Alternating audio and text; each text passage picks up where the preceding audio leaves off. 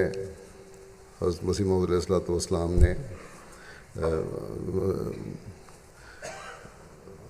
مسیح موعود علیہ الصلوۃ والسلام کو ایک عظیم بیٹے کی پیدائش کی خبر دی گئی جس کی بے شمار خصوصیات بیان کی گئیں، جس کی لمبی عمر پانے کی خبر بھی تھی، اور حضرت مسیح موعود علیہ الصلوۃ والسلام کی قائم کردہ جماعت کی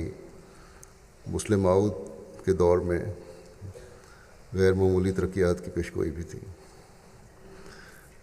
اور جماعت احمدیہ کی تاریخ گواہ ہے کہ حضرت مرزا بشیر الدین محمود احمد المصلح الموعود کے 52 سالہ دور خلافت میں اس پیشگوئی کی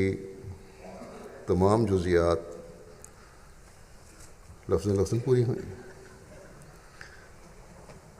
ایک انصاف پسند کے لیے، ایک روحانی لحاظ سے بینا آنکھ رکھنے والے کے لیے، یہی ایک پیشگوئی حضرت مسیح موعود علیہ الصلوۃ والسلام کی صداقت کی بہت بڑی دلیل ہے۔ 3 دن بعد 20 فروری آنے والی ہے۔ آج میں اس حوالے سے حضرت مسلم موعود رضی اللہ عنہ کے اپنے الفاظ میں بیان کردہ کچھ اقتباسات پیش کروں گا جو روح حق سے مشرف ہونے کے حوالے سے آپ کی ذات میں پیشگوئی پورے ہونے پر روشنی ڈالتے ہیں۔ حضرت مسلم موعود رضی اللہ عنہ کو 1914 میں اللہ تعالیٰ نے خلافت کے منصب پر فائز فرمایا۔ حضرت مسلم موعود رضی اللہ عنہ میں پیشگوئی مسلم موعود کی تمام باتیں پوری ہوتی نظر آتی تھیں اس وقت بھی لوگوں کو، اور علماء جماعت اور افراد جماعت کی اکثریت یہ سمجھتی تھی کہ آپ ہی مسلم موعود ہیں۔ لیکن حضرت مسلم موعود نے خود اس بات کا اعلان نہ کیا یہاں تک کہ 1944 کا سال آیا، یعنی آپ کی خلافت کے 30 سال پورے ہو گئے۔ اس کے بعد آپ نے اپنی ایک رویا کی بنا پر اعلان کیا کہ میں ہی مسلم موعود ہوں۔ یہ بھی فرمایا کہ میری طبیعت کے لحاظ سے یہ مجھ پر بڑا گراں گزرتا ہے، بڑا بوجھ ہے کہ یہ اعلان کروں اور رویا کا حوالہ بیان کروں سارا تفصیل سے۔ بلکہ آپ نے یہ بھی کئی جگہ فرمایا ہے کہ اپنی طبیعت کے لحاظ سے میں اپنی رویا اور الہامات بتانے میں ہچکچاہٹ محسوس کرتا ہوں، لیکن بعض حالات کی وجہ سے بعض بتانے بھی پڑتے ہیں۔ تو بہرحال آپ کو پہلے بھی کہا جاتا تھا جماعت کے افراد کی طرف سے، علماء کی طرف سے، کہ آپ اعلان کریں کہ آپ مسلم موعود ہیں، لیکن آپ یہی فرماتے رہے کہ اعلان کی ضرورت نہیں، اگر میں مسلم موعود ہوں اور پیشگوئی مجھ پر پوری ہو رہی ہے تو ٹھیک ہے، کسی دعوے کی کیا ضرورت ہے۔ لوگوں کو جواب دیتے ہوئے آپ نے ایک دفعہ یہ بھی فرمایا کہ امت مسلمہ میں مجددین کی جو فہرست حضرت مسیح موعود علیہ السلام کو دکھانے کے بعد شائع ہوئی ہے، ان میں سے کتنے ہیں جنہوں نے دعویٰ کیا ہو، اور فرماتے ہیں کہ میں نے خود حضرت مسیح موعود علیہ الصلوۃ والسلام سے سنا ہے کہ مجھے تو اورنگزیب بھی اپنے زمانے کا مجدد نظر آتا ہے، مگر کیا اس نے کوئی دعویٰ کیا ہے؟ عمر بن عبدالعزیز کو مجدد کہا جاتا ہے، کیا ان کا کوئی دعویٰ ہے؟ پس آپ فرماتے ہیں کہ پس غیر معمور کے لیے دعویٰ ضروری نہیں، دعویٰ صرف معمورین کے متعلق پیش گوئیوں میں ضروری ہے۔ غیر معمور کے صرف کام کو دیکھنا چاہیے، اگر کام پورا ہوتا نظر آ جائے تو پھر اس کے دعویٰ کی کیا ضرورت ہے؟ اس صورت میں تو وہ انکار بھی کرتا جائے تو ہم کہیں گے کہ وہی اس پیش گوئی کا مصداق ہے۔ اگر عمر بن عبدالعزیز مجدد ہونے سے انکار بھی کرتے تو ہم کہہ سکتے تھے کہ وہ اپنے زمانے کے مجدد ہیں، کیونکہ مجدد کے لیے کسی دعوے کی ضرورت نہیں۔ دعویٰ صرف ان مجددین کے لیے ضروری ہے جو معمور ہوں۔ ہاں، جو غیر معمور اپنے زمانے میں گرتے ہوئے اسلام کو کھڑا کرے،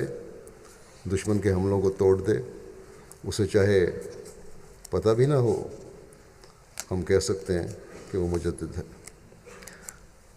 ہاں، معمور مجدد وہی ہو سکتا ہے جو دعویٰ کرے، جیسے حضرت مسیح موعود علیہ الصلوۃ والسلام نے کیا۔ پس میری طرف سے آپ فرماتے ہیں، پس میری طرف سے مسلم موعود ہونے کے دعویٰ کی کوئی ضرورت نہیں، اور مخالفوں کی ایسی باتوں سے گھبراہٹ کی بھی ضرورت کوئی نہیں ہمیں۔ اس میں کوئی حد تک کی بات نہیں۔ اصل عزت وہی ہوتی ہے جو خدا تعالیٰ کی طرف سے ملتی ہے، چاہے دنیا کی نظروں میں انسان ذلیل سمجھا جائے۔ اگر وہ خدا تعالیٰ کے راستے پر چلے تو اس کی درگاہ میں وہ ضرور معزز ہوگا، اور اگر کوئی شخص جھوٹ سے کام لے کر اپنے غلط دعوے کو ثابت بھی کر دے اور اپنی چستی یا چالاکی سے لوگوں میں غلبہ بھی حاصل کر لے، تو خدا تعالیٰ کی درگاہ میں وہ عزت حاصل نہیں کر سکتا، اور جسے خدا تعالیٰ کے دربار میں عزت حاصل نہیں، وہ خواہ ظاہری لحاظ سے کتنا معزز کیوں نہ سمجھا جائے، اس نے کچھ کھویا ہی ہے، حاصل نہیں کیا، اور آخر ایک دن وہ ذلیل ہو کر رہے گا۔ بس دینی اور دنیاوی کاموں میں ہمیشہ آپ فرماتے ہیں کہ سچ اختیار کرو۔ ہم نے فرمایا کہ جو شخص خدا کے لیے نقصان اٹھاتا ہے وہ دراصل فائدے میں رہتا ہے۔ بس ایک اصولی بات بھی اس سلسلے میں آپ نے بیان فرما دی کہ جس سچائی کے ساتھ خدا تعالیٰ ہے، جس کو اللہ تعالیٰ سچا سمجھتا ہے، وہ اللہ تعالیٰ کی فعلی شہادت سے بھی ظاہر ہو جاتی ہے۔ ضروری نہیں کہ اس کے لیے دعویٰ یا اعلان کیا جائے۔ ہاں، اگر اللہ تعالیٰ چاہے کہ اعلان ہو تو اس کا اعلان بھی ہو جاتا ہے۔ بس اگر کسی کو پرکھنا ہے کہ وہ خدا تعالیٰ کی منشا کے مطابق کام کر رہا ہے یا اللہ تعالیٰ کی طرف سے ہے، یعنی دین کا کام، تو پھر اسے خدا تعالیٰ کی تائیدات کے حوالے سے پرکھنا چاہیے۔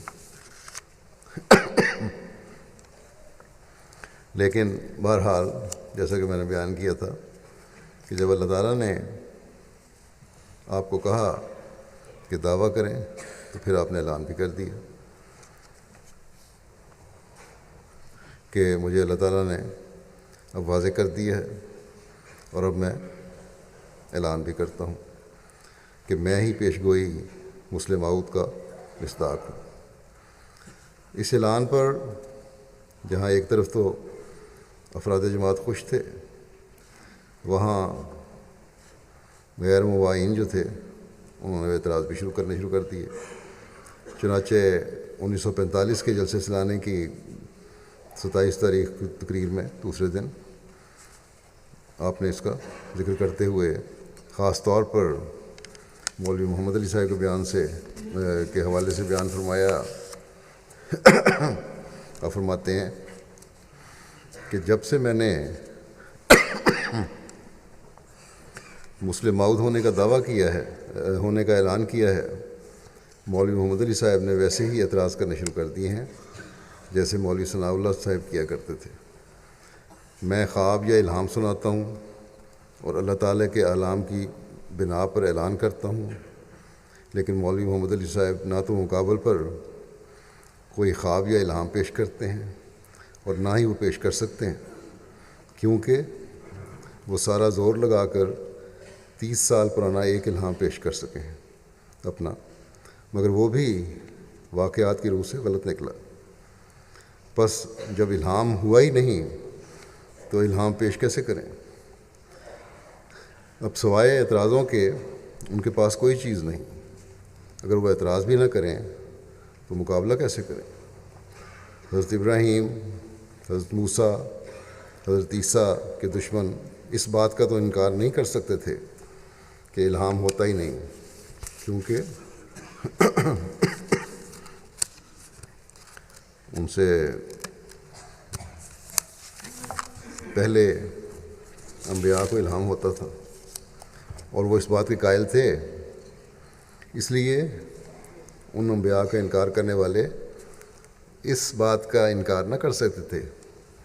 کہ الہام کوئی چیز نہیں. اپنی بات کو درست ثابت کرنے کے لیے اور انبیاء کا مقابلہ کرنے کے لیے یہ کہتے تھے کہ ان کے الہام خود ساختہ ہیں. اسی طرح رسول کریم صلی اللہ علیہ وسلم کے دشمنوں نے بھی یہی کہا کہ ان کے الہام خود ساختہ ہے. اگر عیسائیوں اور یہودیوں کا یہ قول درست تھا کہ رسول کریم صلی اللہ علیہ وسلم کی وحی نعوذ باللہ خود ساختہ تھی اور اللہ تعالیٰ کی غیرت کا تقاضا یہ تھا کہ وہ ان کو رسول کریم صلی اللہ علیہ وسلم کے مقابل پر الہام کر دیتا تا مفتریوں کی کلی کھل جاتی، واضح ہو جاتا. لیکن اللہ تعالیٰ کا ان کو الہام سے محروم رکھنا بتاتا ہے کہ رسول کریم صلی اللہ علیہ وسلم ہی حق پر تھے اور آپ کے دشمن یہودی اور عیسائی ناحق پر تھے. اسی طرح آج مولوی محمد علی صاحب یہ کہتے ہیں کہ میرے الہام جھوٹے ہیں، لیکن کیوں اللہ تعالیٰ ان کو میرے مقابلے پر سچے الہام نہیں کر دیتا تا دنیا پر واضح ہو جائے کہ مولوی صاحب حق پر ہیں اور میں ناحق پر ہوں. آپ فرماتے ہیں کہ حیرت کی بات ہے کہ ایک شخص دن رات اللہ تعالیٰ کی مخلوق کو گمراہ کرے اور دن رات اس کے بندوں کو فریب اور دغا بازی سے غلط راستے کی طرف لے جائے، لیکن پھر بھی اللہ تعالیٰ کو غیرت نہ آئے. اگر اللہ تعالیٰ کو غیرت نہیں آتی تو اس کی وجہ سوائے اس کے یقیناً اور کوئی نہیں کہ اللہ تعالیٰ یہ جانتا ہے کہ مولوی صاحب اس کے قرب سے بہت دور ہیں، اس لیے اللہ تعالیٰ نے ان کو الہام نہیں کیا. بس سچائی کے مقابلے پر ابتدا سے انکار ہوتا رہا ہے. یہ سلسلہ ابتدا سے چلتا آیا ہے اور چلتا چلا جائے گا، یعنی مخالفین کا سچائی کے مقابلے پر. بس اعتراض کرنے والے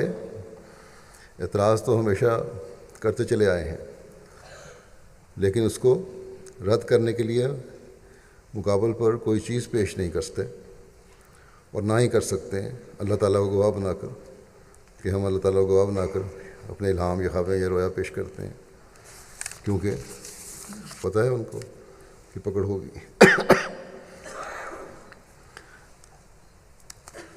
اب میں حضرت مسلم ماؤد رضی اللہ عنہ کے بعض الہامات اور کشوف رویا کا ذکر کرتا ہوں جو آپ نے اپنے مسلم ماؤد ہونے کے اعلان کے موقع پر بیان فرمائے تھے. آپ ایک فرماتے ہیں کہ سب سے پہلی چیز جو اس منصب کی طرف اشارہ کرتی ہے وہ میرا ایک الہام ہے جو حضرت مسیح موعود علیہ الصلوۃ والسلام کی زندگی میں مجھے ہوا، اور میں نے جا کر حضرت مسیح موعود علیہ الصلوۃ والسلام کو بتا دیا، اور حضرت مسیح موعود علیہ السلام نے اس کو اپنے الہامات کی کاپی میں لکھ لیا. وہ الہام میں نے بارہا سنایا ہے، لوگوں کو بتا رہے ہیں آپ. پہلے میں اسے صرف خلافت کے متعلق سمجھتا تھا، لیکن اب میرا ذہن اس طرف منتقل ہوا ہے کہ اس الہام میں میرے اس منصب کی طرف اشارہ تھا جو اللہ تعالیٰ کی طرف سے مجھے ملنے والا تھا۔ وہ الہام یہ تھا کہ ان الذین اتبعوک فوق الذین کفروا الی یوم القیامہ، یا کہ یقیناً اللہ تعالیٰ تیرے متبعین کو تیرے منکروں پر قیامت تک غالب رکھے گا۔ آپ فرماتے ہیں کہ اس میں ایک لطیف اشارہ ہے، بہت باریک اشارہ ہے جو پیش گوئی کے پورا ہونے کی ترتیب پر دلالت کرتا ہے، اور وہ یہ کہ وہ الہام ہے جو حضرت مسیح ناصری کو ہوا اور جس کا قرآن کریم میں بھی ذکر آتا ہے، مگر وہاں یہ الفاظ ہیں وَجَاعِلُ الَّذِينَ اتَّبَعُوكَ فَوْقَ الَّذِينَ كَفَرُوا إِلَى يَوْمِ الْقِيَامَةِ، اور یہاں یہ الہام ہے کہ ان الذین اتبعوک فوق الذین کفروا الی یوم القیامہ۔ اس کی وجہ یہ ہے کہ حضرت مسیح ناصری کا دعویٰ موسمی سلسلے کی آخری نبوت کا تھا، اور اس قسم کے دعوے کے متعلق پہلے لوگوں کی مخالفت ضروری ہوتی ہے، پھر ایک لمبے عرصے کے بعد وہ اس نبی پر ایمان لاتے ہیں۔ لیکن مسلم موعود کی پیش گوئی کے مورد کو چونکہ اللہ تعالیٰ پہلے خلیفہ بنانا چاہتا تھا، اور خلیفہ کو فوری طور پہ بنی بنائی جماعت مل جاتی ہے، اس لیے یہاں جاعل الذین والے حصے کی ضرورت نہیں تھی۔ حضرت مسیح کے عہدہ والا نبی تو جب بھی لوگوں کے سامنے اپنا دعویٰ پیش کرتا ہے، لوگ اسے سنتے ہی کہنے لگ جاتے ہیں کہ جھوٹا جھوٹا۔ کوئی ابوبکر جیسی صفت رکھنے والا انسان ہو اور اس نے مان لیا تو یہ علیحدہ بات ہے، ورنہ عام طور پر ایسا نبی جب اپنی نبوت کا اعلان کرتا ہے تو ساری دنیا اسے جھوٹا قرار دینے لگ جاتی ہے۔ خود رسول کریم صلی اللہ علیہ وسلم پر ابتدا میں صرف 3 لوگ ایمان لائے، لیکن خلیفہ کو پہلے دن ہی ایک جماعت مانتی ہے۔ پس ان الذین اتبعوک فوق الذین کفروا الی یوم القیامہ فرما کر اللہ تعالیٰ نے اس طرف اشارہ فرمایا تھا کہ اللہ تعالیٰ تم کو ایک دن بنی بنائی جماعت دے دے گا، اور پھر اس جماعت کا تعلق تمہارے ساتھ مضبوط کرتا چلا جائے گا، یہاں تک کہ ایک دن وہ تمہاری جماعت ذلی طور پر کہلائے گی، اور کچھ لوگ تمہارے مخالف بھی ہوں گے، مگر تمہاری بیعت کرنے والوں کو اللہ تعالیٰ قیامت تک تمہارے منکروں پر غلبہ دے گا، اور یہ غلبہ تمہارے امام بنتے ہی شروع ہو جائے گا، اور جاعل الذین اتبعوک والے حصے کی ضرورت نہیں ہوگی کہ تم انتظار کرو کہ لوگ کب ایمان لاتے ہیں، یا اکثر لوگ مخالفتیں کریں، فتوے لگائیں، مذاق اڑائیں، تحقیر و تذلیل کی کوشش کریں، مٹانے اور برباد کرنے کی تدبیریں کریں، اور دنیا کے ایک سرے سے لے کر دوسرے سرے تک طوفان مخالفت مڈائے، بلکہ اللہ تعالیٰ حضرت مسیح موعود علیہ الصلوۃ والسلام کی بنی بنائی جماعت کے اکثر حصے کو تیرے سپرد کر دے گا، یعنی مسلم موعود کو۔ اور جس دن یہ جماعت تیرے سپرد ہوگی، اسی دن سے تجھے ماننے والوں کا تیرے مخالفوں پر غلبہ شروع ہو جائے گا۔ آپ فرماتے ہیں چنانچہ دیکھ لو ایسا ہی ہوا۔ حضرت مسیح ناصری علیہ السلام کی جماعت کو تو 300 سال کے بعد غلبہ حاصل ہوگا، لیکن یہاں اللہ تعالیٰ نے جس وقت خلافت کے مقام پر مجھے کھڑا کیا، اس کے چند ہفتوں کے اندر ہی وہ لوگ جو میرے بالمقابل کھڑے ہوئے تھے اور میرے عہدے کے منکر تھے، یعنی پیغامی، اللہ تعالیٰ نے ان پر مجھے اور میرے ساتھیوں کو غلبہ دینا شروع کر دیا، اور غلبہ خدا تعالیٰ کے فضل سے روز بروز بڑھتا چلا جا رہا ہے۔ پیغامی آج کہہ رہے ہیں ایک خواب کے پر انحصار کیا گیا، یعنی وہ رویا جس کی بنیاد پہ آپ نے اعلان کیا تھا مسلم موعود ہونے کا، کہ اس پر انحصار کر کے آپ کہتے ہیں کہ مسلم موعود ہیں۔ آپ فرماتے ہیں حالانکہ وہ بھی خواب نہیں، کیونکہ اس میں الفاظ ہیں، مگر یہ الہام جو میں نے اوپر لکھا ہے یہ تو الہام ہے اور 40 سالہ پرانا ہے۔ اللہ تعالیٰ نے خبر دی کہ میں ایک جماعت کا امام ہوں گا، کچھ حصہ میری مخالفت کرے گا، اکثر میرے ساتھ مل جائیں گے، اور انہیں اللہ تعالیٰ قیامت تک دوسروں پر غلبہ دے گا جو خلافت کے ساتھ وابستہ رہیں گے۔ یہ جو فرمایا کہ تیرے ماننے والوں کو تیرے کافروں پر اللہ تعالیٰ قیامت تک غلبہ دے گا، اس میں اسی طرف اشارہ ہے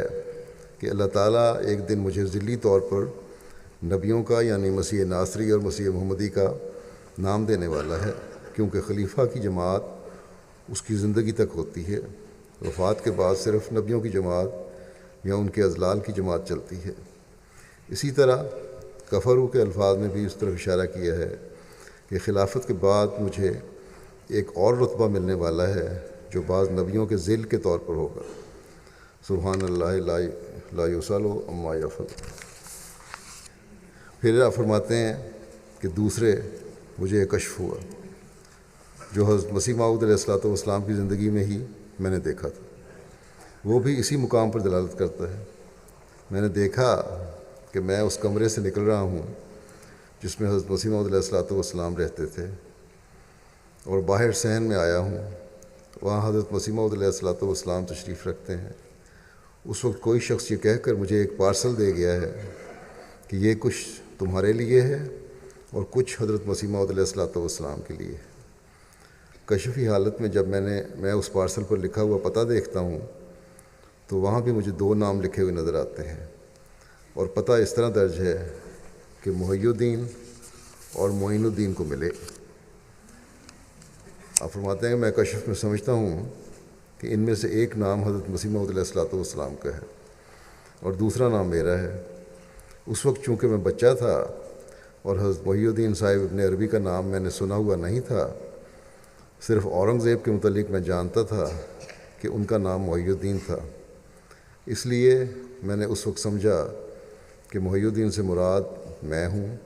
اور حضرت معین الدین چشتی چونکہ ہندوستان میں ایک مشہور بزرگ گزرے ہیں، اس لیے میں نے سمجھا کہ معین الدین سے مراد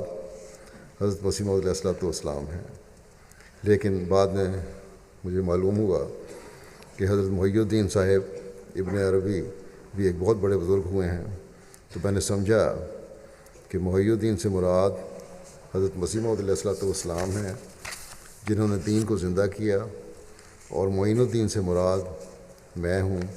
جس نے دین کی اعانت کی۔ پس دین کو زندہ کرنے والے حضرت مسیح موعود علیہ الصلوۃ والسلام ہیں، اور دین کی نصرت اور اعانت کرنے والا میں ہوں، جیسے ماں بچہ جانتی ہے اور دایا دودھ پلاتی ہے۔ پھر تیسرا ذکر کرتے ہوئے فرماتے ہیں کہ تیسرا الہام جو مجھے اسی رنگ میں ہوا لیکن حضرت مسیح موعود علیہ الصلوۃ والسلام کی وفات کے بعد، وہ یہ ہے کہ اے ملو آل داؤد شکرا، کہ اے آل داؤد تم اللہ تعالیٰ کے شکر کے ساتھ اس کے احکام پر عمل کرو۔ اس الہام کے ذریعے اے ملو کہہ کر اللہ تعالیٰ نے ہمیں اپنے منشا پر پوری طرح عمل کرنے کا حکم دیا ہے، اور آل داؤد کہہ کر اللہ تعالیٰ نے مجھے حضرت سلیمان علیہ السلام سے مشابہت دی ہے۔ حضرت سلیمان علیہ السلام حضرت داؤد علیہ السلام کے بعد خلیفہ ہوئے تھے، اور ان کے بیٹے بھی تھے۔ مجھے یاد ہے، آپ فرماتے ہیں مجھے یاد ہے اس وقت یہ الہام اتنے زور سے ہوا کہ کتنی دیر تک مجھ پر اس الہام کے نازل ہونے کی کیفیت تازہ رہی،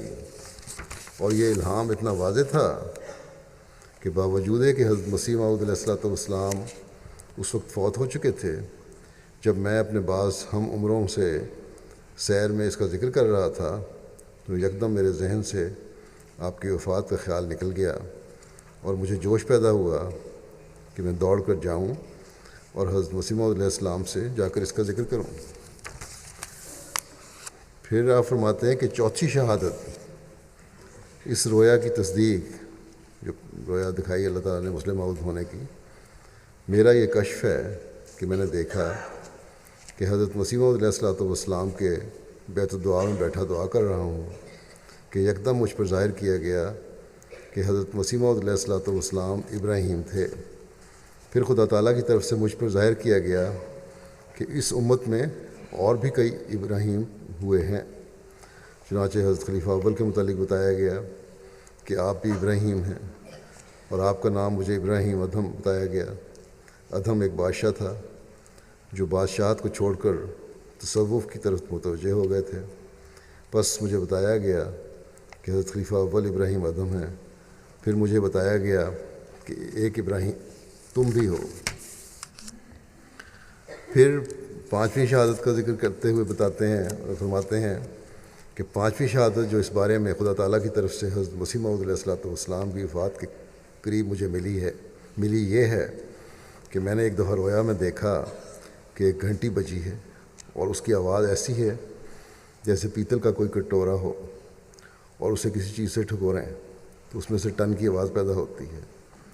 اس گھنٹی میں سے بھی ٹن کی آواز آئی، مگر وہ آواز ایسی سریلی اور لطیف ہے کہ یوں معلوم ہوتا ہے کہ سارے جہان کی موسیقی کی لذات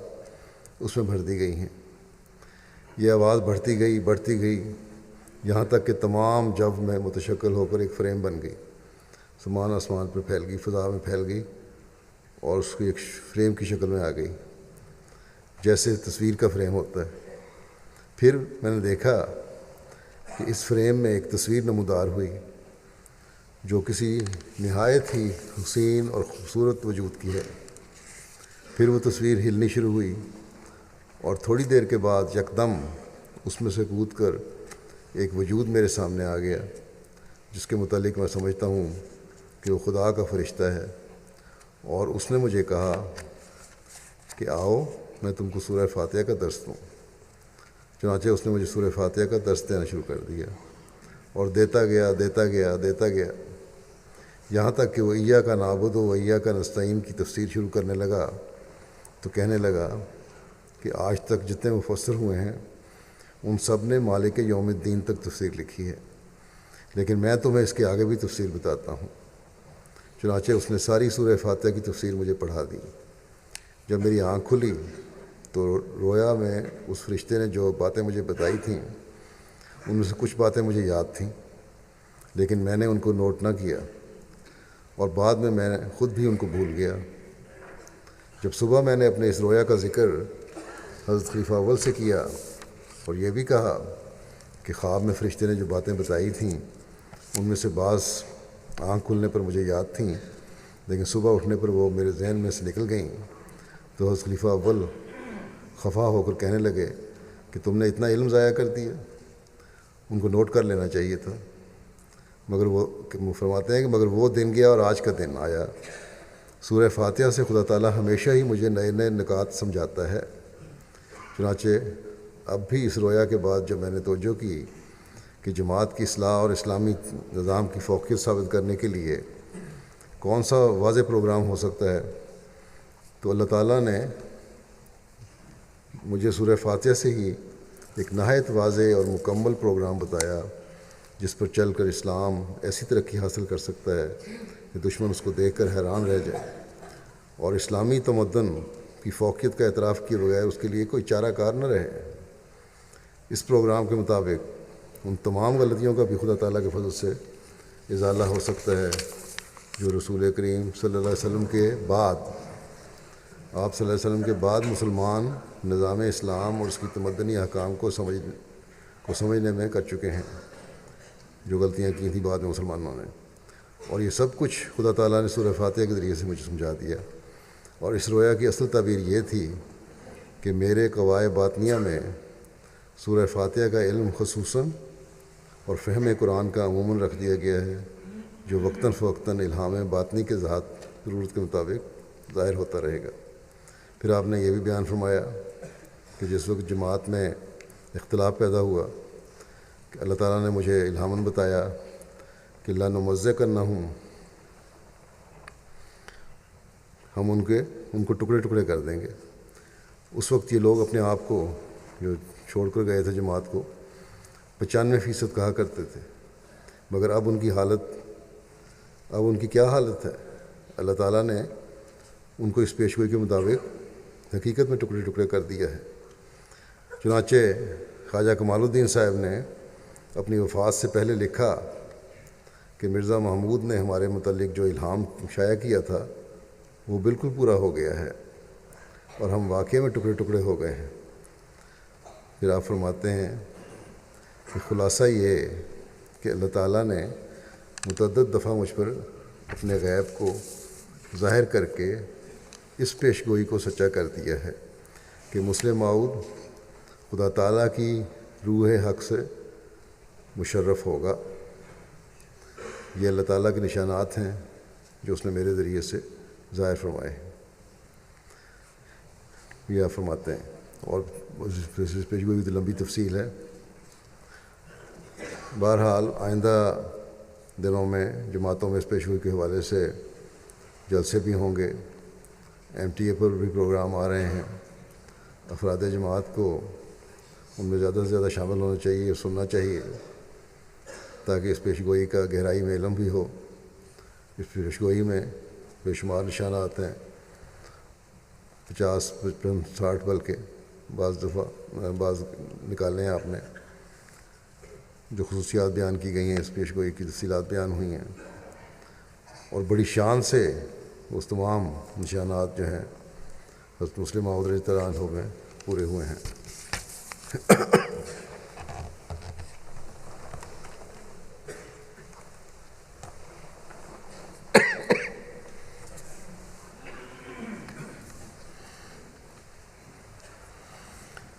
الحمد لله نحمده ونستعينه ونستغفره ونؤمن به ونتوكل عليه ونعوذ بالله من شرور أنفسنا ومن سيئات أعمالنا من يهده الله فلا مضل له ومن يضلل فلا هادي له ونشهد أن لا إله إلا الله ونشهد أن محمدا عبده ورسوله عباد الله رحمكم الله إن الله يأمر